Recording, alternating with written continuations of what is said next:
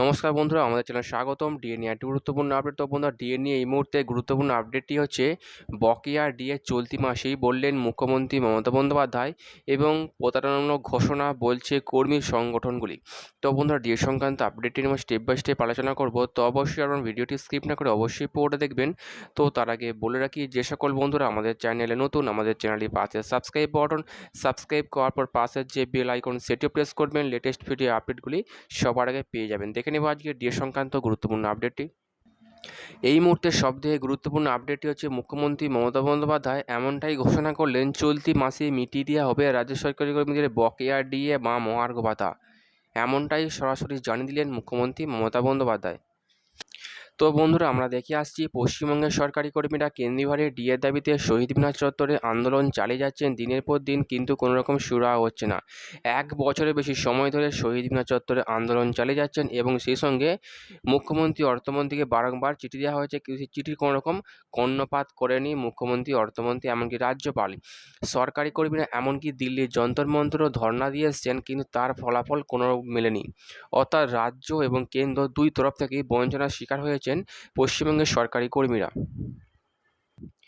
পশ্চিমবঙ্গ ছাড়া বাকি রাজ্যগুলো যেখানে কেন্দ্রীয় সরকারকে অনুসরণ করে ডিএ পাচ্ছে, একমাত্র পশ্চিমবঙ্গ যেখানে সামান্য এই মুহূর্তে 14% হারে ডিএ পাচ্ছে, যেটা সরকারি কর্মী আন্দোলনের ফসল। বকেয়া মহার্ঘ ভাতার দাবিতে পশ্চিমবঙ্গের সরকারি কর্মীরা বহুবার নবান্ন অভিযান থেকে শুরু করে বিভিন্ন অবস্থান বিক্ষোভ চালিয়েছেন, কিন্তু ফলাফল মেলেনি। যেখানে সরকারি কর্মীদের পক্ষে কলকাতা হাইকোর্ট রায় দিয়েছিল 3 মাসের মধ্যে সমস্ত সরকারি কর্মীদের বকেয়া ডিএ মিটিয়ে দিতে হবে, সেই রায়কে চ্যালেঞ্জ করে সুপ্রিম কোর্টে যায় রাজ্য সরকার এবং ডিএ মামলা দাখিল করে। যে ডিএ মামলা এখনও পর্যন্ত ঝুলে রয়েছে, দিনের পর দিন সেই শুনানি পিছিয়ে দেওয়া হচ্ছে, এমনটাই অভিযোগ।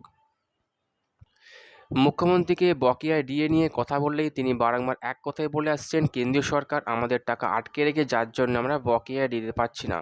এবং কেন্দ্রীয় সরকারের ক্ষেত্রে ডিএটা হচ্ছে বাধ্যতামূলক, রাজ্যের ক্ষেত্রে ডিএটা ঐচ্ছিক বিষয়, কিন্তু এই সমস্ত যুক্তি তর্ক মানতে নারাজ পশ্চিমবঙ্গের সরকারি কর্মীরা। তাদের একটাই বক্তব্য, যতদিন না পর্যন্ত কেন্দ্রীয় হারে ডিএ পাওয়া যাবে ততদিন পর্যন্ত এই আন্দোলন চলবে।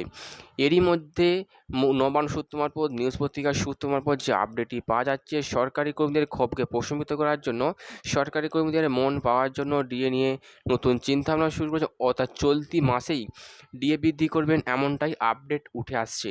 তো বন্ধুরা, কত পার্সেন্ট ডিএ বৃদ্ধি হবে সে নিয়ে এখনও পর্যন্ত কোনো আপডেট আসেনি, তবে মনে হচ্ছে ভালো রকমই ডিএ বৃদ্ধি হবে, যেটা সরকারি কর্মীদের পক্ষে খুব একটা সুবিধাজনক হবে।